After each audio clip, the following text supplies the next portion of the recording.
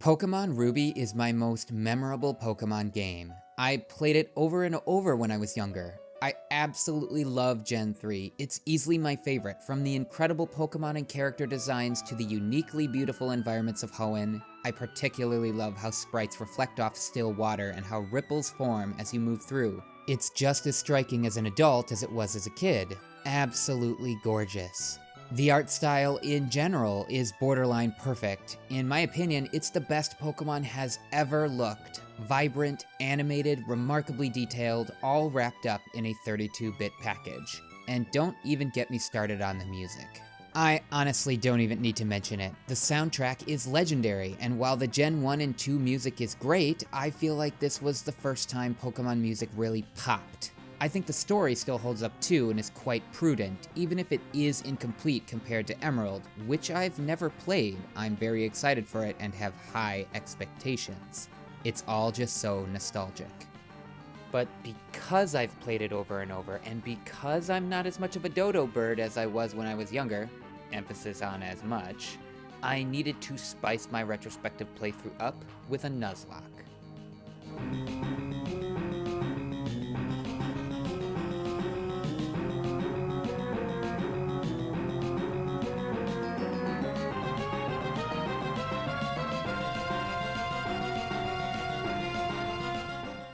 My first ever Nuzlocke was in Gold, and it taught me a ton. Sapphire gave me the opportunity to apply what I had learned. I'm going to go through the rules quickly, so feel free to pause the video if you want to read the description on screen. Here we go, the rule set. Permadeath, of course. The first encounter rule, of course. With the duplicate clause, of course. And the shiny clause. Spoilers, I never find a shiny. Mandatory nicknames, of course. Set mode, of course. And crucially, no resets, none whatsoever. This was one of the two major lessons I learned in my Gold Nuzlocke. The rest of the rules are all directly related to each other, so I'm going to talk about them as a group. First of all, I'm using infinite rare candies. This was primarily a time-saving decision, but I found it had a lot more ripple effects than I thought it would. I'll speak on details later in the video, but the cold, hard fact of the matter is, using rare candies makes Nuzlocking way more fun. But with rare candies, I need to increase the difficulty in other ways in order to compensate for the rare candy handicap. I can only use them immediately before the gym leaders and immediately before entering the Pokemon League. I can't sell the rare candies, that would just lead to infinite money. I again am implementing level caps based on the gym leaders and champion battle, but because I can easily level all of my Pokemon, including those in my box, the level cap will be -1. For example, Roxanne's level cap is 15, so mine will be 14. Finally, I'm implementing party size limits for gym leaders only. For example, Roxanne has 2 Pokemon on her team, so I can only challenge her with 2 Pokemon in my party. Those are the rules. Let's get into it.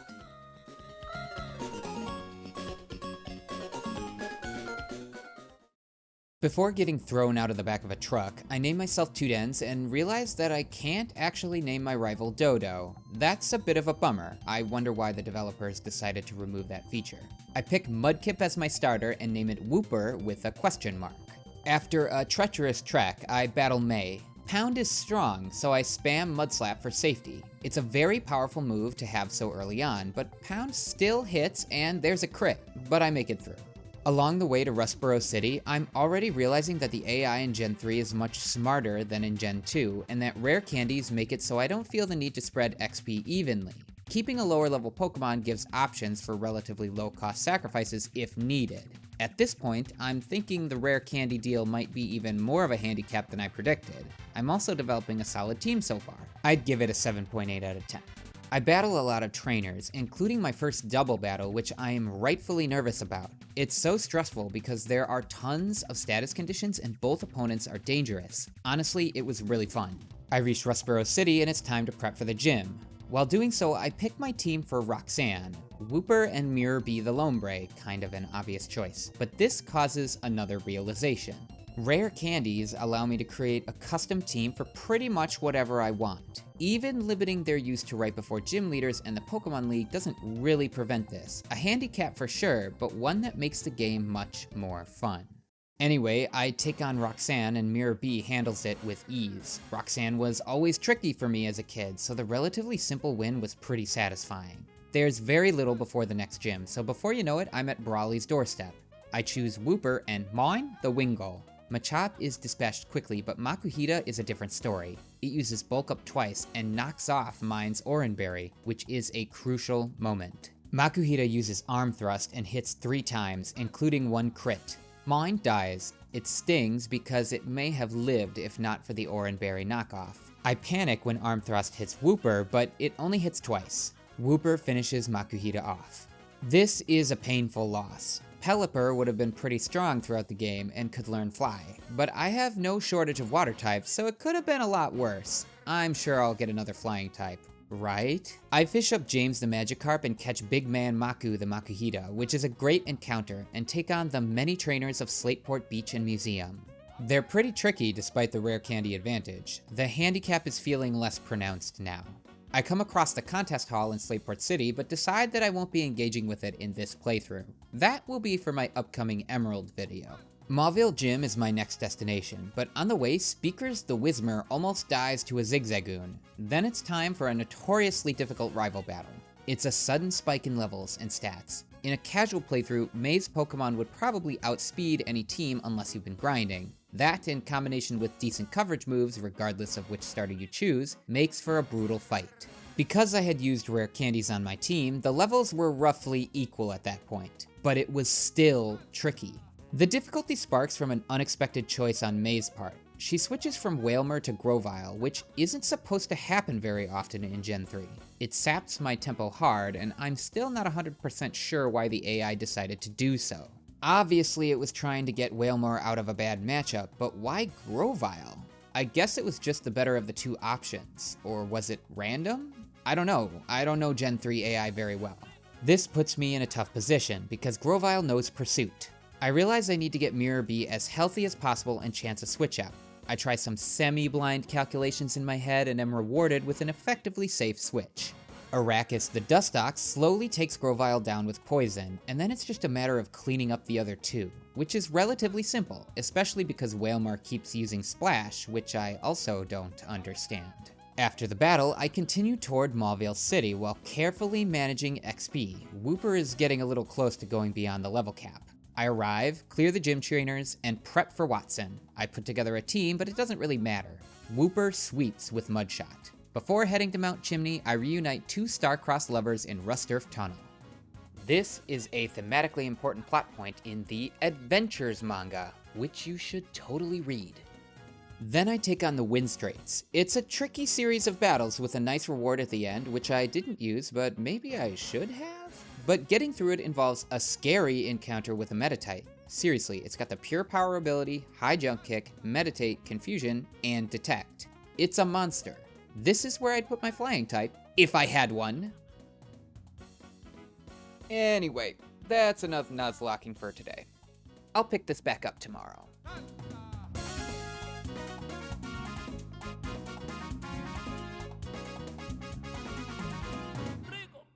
This entire next chapter happened in a single day. I had a little extra time due to a ridiculous snowstorm. I wanted to knock out as much of the game as I could, and heading towards Falarbor Town, I catch a Machop named Muscle 2, but I was really hoping for a Numel. I catch a Grimer named Goober, but I would have much preferred, well, anything else. I catch a Spinda named Derpy, but I was really hoping for a Skarmory. Then Zatchbell the Electrike dies to a self-destruct. Seriously. Getting to Falarbor Town was brutal, a crazy gauntlet that involved a lot of XP management, which ultimately led to Zatch's death. Anyway, I encounter a Swablu, which is exactly what I was hoping for.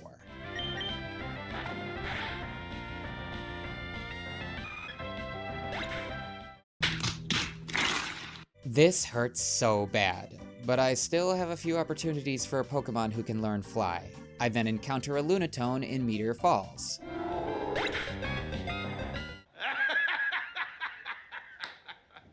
Alright then.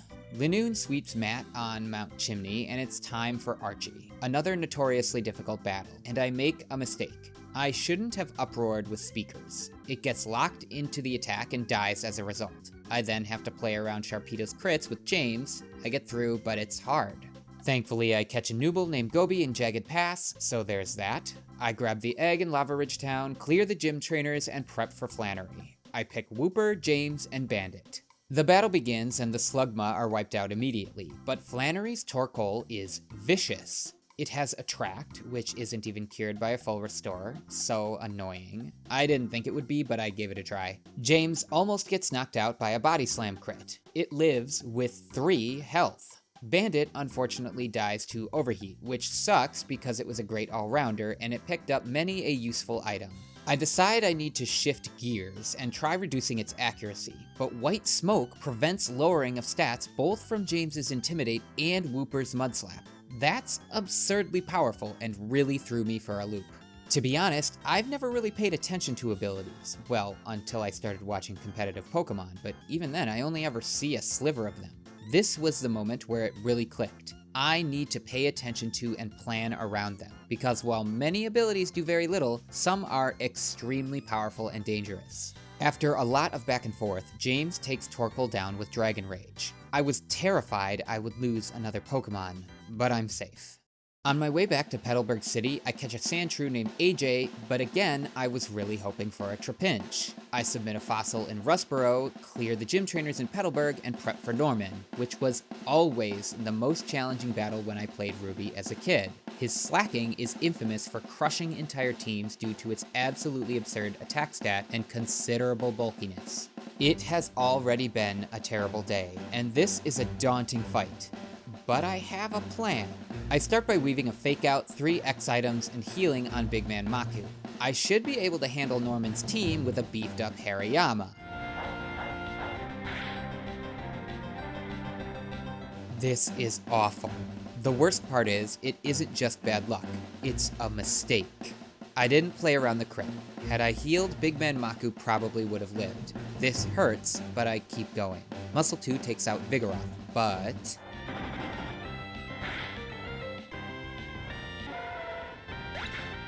another mistake. I should have just attacked. It was a tough position, but the fact is, Slacking saw a kill with Focus Punch, so it was always going to use Focus Punch. This is very bad. But then I see it. My win condition. I didn't have a great pick for my third Pokemon, so I brought Arrakis solely because it knows Protect. The play is simple. Arrakis protects on attacking turns and attacks on truant turns, but there is one problem. Protect only has 10 PP, but I have multiple ethers, so it should be okay. I spam Poison Sting and eventually get a poison. Then I switch to Confusion because Slacking has way less special defense. Arrakis still does very little damage, but it's working. Norman uses a Hyper Potion and we start over again. At one point, I mess up the Protect cycle, but get really lucky with a consecutive Protect. But then I run out of PP. That's okay though. I use an Ether and restart the cycle.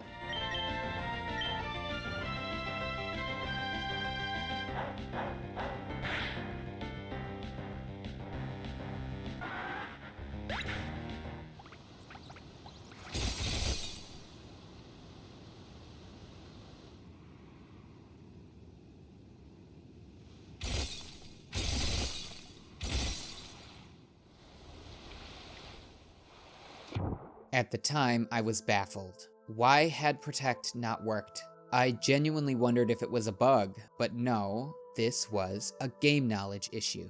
I now know that Protect does not reset upon using an item, it only resets by using a different attack or by switching out. Arrakis dies, and I white out. I used rare candies, I used 2 Pokemon with super effective typing and moves and buffed up with X items. I had what I thought was a surefire backup plan. How could I possibly beat Norman with any other combination of Pokemon at this point? Was my rule set just too hard? Did I bite off more than I could chew? Feeling utterly defeated and genuinely considering calling it quits, I closed the game.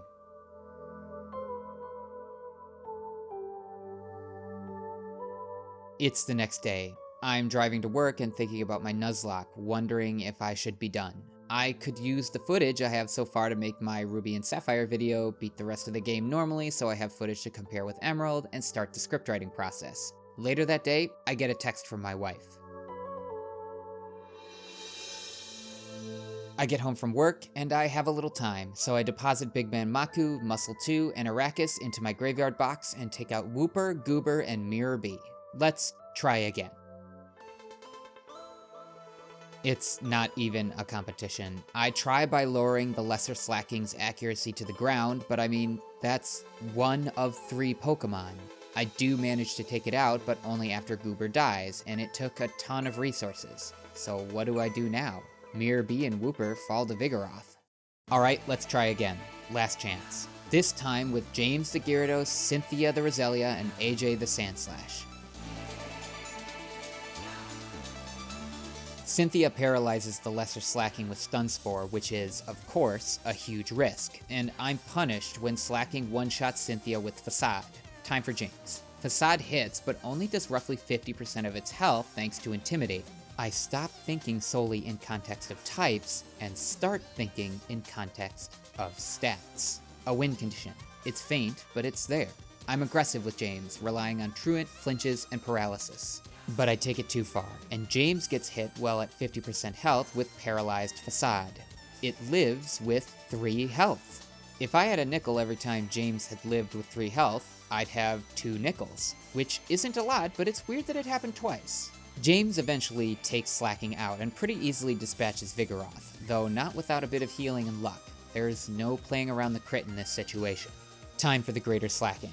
An unboosted Facade deals 60% damage to James' health bar. I need to switch to AJ and sap his tempo as much as possible. It becomes a rhythm. Heal, switch to AJ, Sand Attack, switch to James for Intimidate. Both Pokemon are often low, so it's always a risk. Rinse and repeat until Slacking is sapped of attack and accuracy. Then it's time for James to Dragon Rage Slacking down. And it's a win. I get through. She was right. I shouldn't have even considered giving up.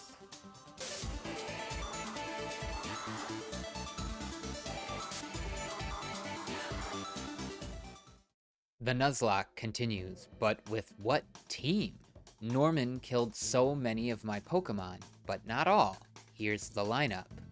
James the Gyarados, AJ the Sandslash, Derpy the Spinda, Gobi the Numel, and an egg. Before continuing, I catch a few more Pokemon to fill in my box a little bit. Now it's time to cross the river mouth. It's a long gauntlet to Fortree City. XP management is getting tricky and really limiting my options. I take on May, and it's a bit tough, but ultimately easier than the previous rival battle. Leaf Blade is mean, but after a lot of switching and maneuvering, I make it through. Now, right before taking on the Fortree Gym, I get what is easily one of my top 3 most impactful encounters in the game. I'm actually guaranteed this one because of previous catches. It's Route 120, and I catch an Absol.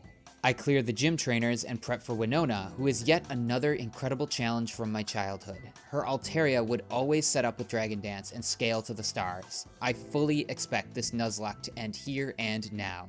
I start with Cern 2 the Magneton to take out Swellow and bait out an Earthquake from Altaria.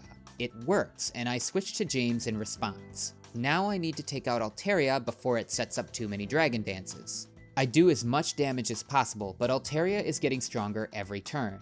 It uses Aerial Ace, and it looks like it's over for James. But James lives with 1 health, just in time to take out Altaria. Cern 2 sweeps the rest of the team.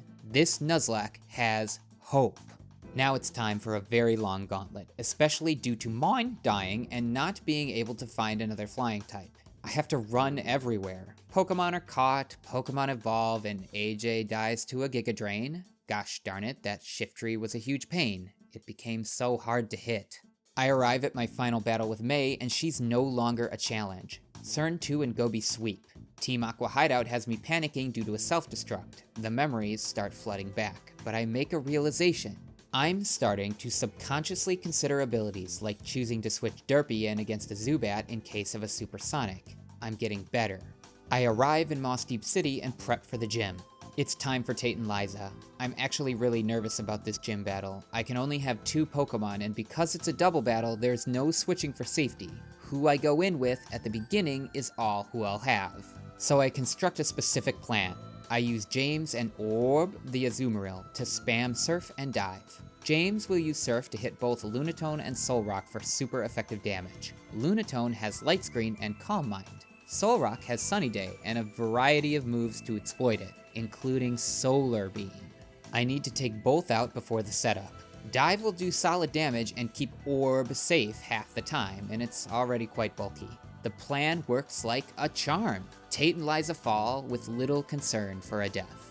But now I have a very pressing problem: XP management. The level cap for Tate and Liza is 41.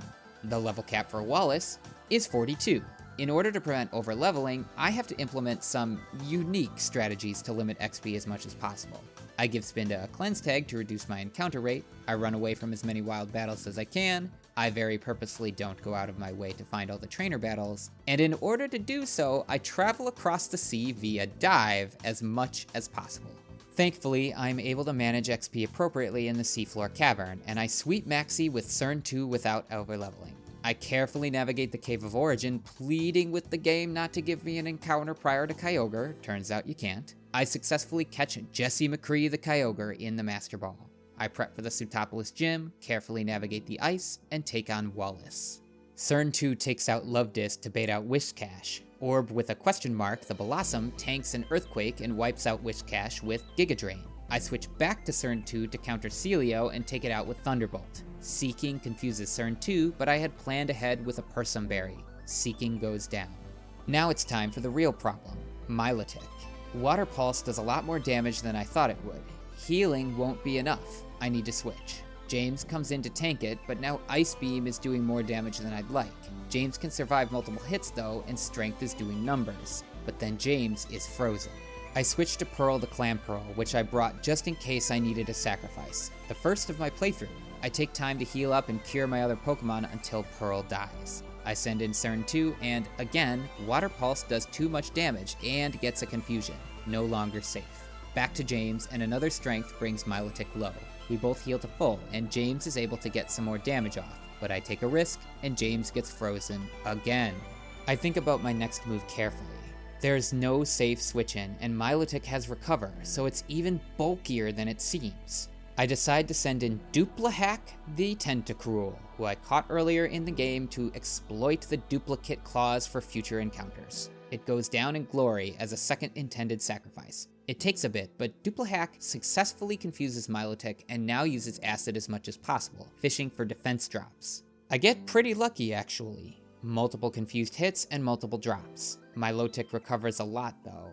This part of the battle is long. Lots of chip damage and healing until Duplahack finally falls. I get a safe switch into James for a final and definitive Strength. With my final badge in hand, I no longer have to worry about party limits, and I only have one level cap left. Win or lose, it's time to finish this Nuzlocke.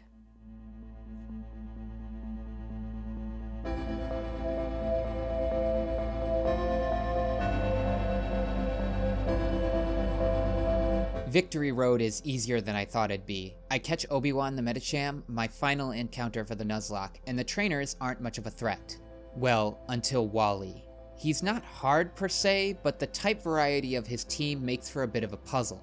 A couple Dragon Rages leads into a kill with Strength, but Wally unexpectedly switches to Magneton.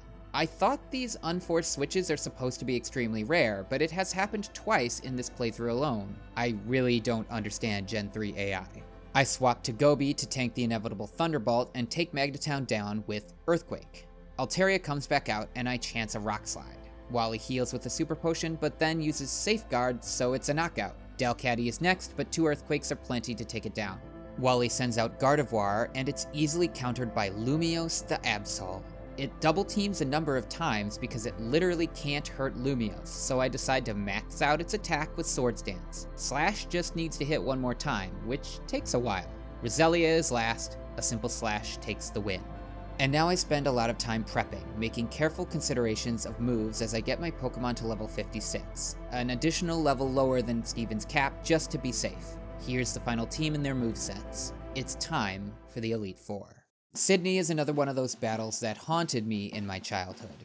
The whole team is just meant to annoy you, and I really didn't understand Pokemon battles when I was a kid. Thankfully, now I do. Kinda. I taught James Hyper Beam in hopes it would lead to many one-shots. He has a high attack stat, and Hyper Beam is insane. James handles Mightyena, and I switch to Suzy the Ninetales for Cacturne one-shot. Then I switch back to James to tank Sharpedo's Surf and take it out with another Hyper Beam. Next is Absol, Sydney's ace, which is one-shot by Hyper Beam. James is, again, pulling numbers.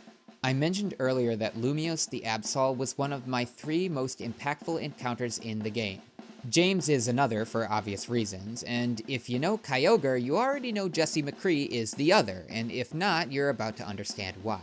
But what about Lumiose? Why is an Absol that I've barely used up to this point so important? Well, it's because of Sydney's Shift Tree. This thing is the reason Sydney was always so frustrating as a kid. Between Fake Out, Double Team, and Swagger, Shift Tree feels nearly impossible to hit. But what if accuracy wasn't a factor? Enter Lumiose, who knows Perish Song. Shift Tree's only damaging move is Extrasensory. It can't hit Lumiose no matter what. I Perish Song, and 3 turns later, Lumiose switches out. Shift Tree falls. Okay, time for Phoebe. I was pretty scared of her for the same reason I was always scared of Agatha. Tons of status conditions, but it doesn't matter. Jesse McCree sweeps. It turns out that Kyogre is particularly broken. I thought Ho-Oh felt like cheating in gold, but Kyogre is on a different level. Glacia's up next, and I start by having Suzy take out Glalie. Then I switch to Cern 2 and completely sweep the rest of the team. Yep, this has gone very well so far, but now we're at Drake, whom I'm also quite afraid of. He was always brutal for me when I was younger. But Jesse McCree literally one-shots his entire team. Turns out, when 4 out of 5 of your Pokemon are 4 times weak to Ice Beam, and Kyogre's base special attack is 150, you're gonna have a hard time. It was over before it even started. This is it. We're going to Steven.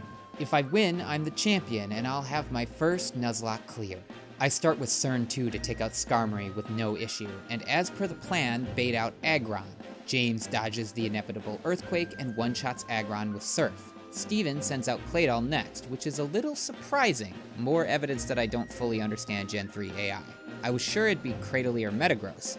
It doesn't matter. 2 Surfs and Claydol goes down, but James does get hit by a super effective Ancient Power. At this point, I'm kinda thinking I could get through the Pokemon League Deathless, but it's risky. If something goes wrong, it could be a wipe instead. I decide I have to sacrifice James for some damage and a safe switch in. Suzy makes the most sense. It hits Armaldo with a flamethrower and a key burn, allowing for a knockout next turn. Now Steven sends out Metagross, and again, I'm really surprised. Cradily makes more sense from a typing and move effectiveness point, and it's who I was ready for. This throws a wrench in my plans. I was planning to have Lumiose Perish Song Metagross, but if Metagross can switch out, then that plan is a wash. I decide I have to go all in with Suzy, even if it means another death. It's the end of the game after all. And indeed, Earthquake one-shots Suzy. Jesse McCree comes in for the cleanup, and Metagross eats a citrus berry, which is actually a good thing because it prevents Steven from using a possible full restore. This allows Jesse McCree to waterfall Metagross down. At last, Cradily. Ice Beam is just barely not powerful enough for a one-shot. It becomes a cycle of Ice Beam, Confuse Ray, full restores, and a Person Berry for good measure. But Steven only has 4 full restores, so eventually Jesse McCree takes Cradily out. And that's that. I'm the champion, and the Nuzlocke comes to a close.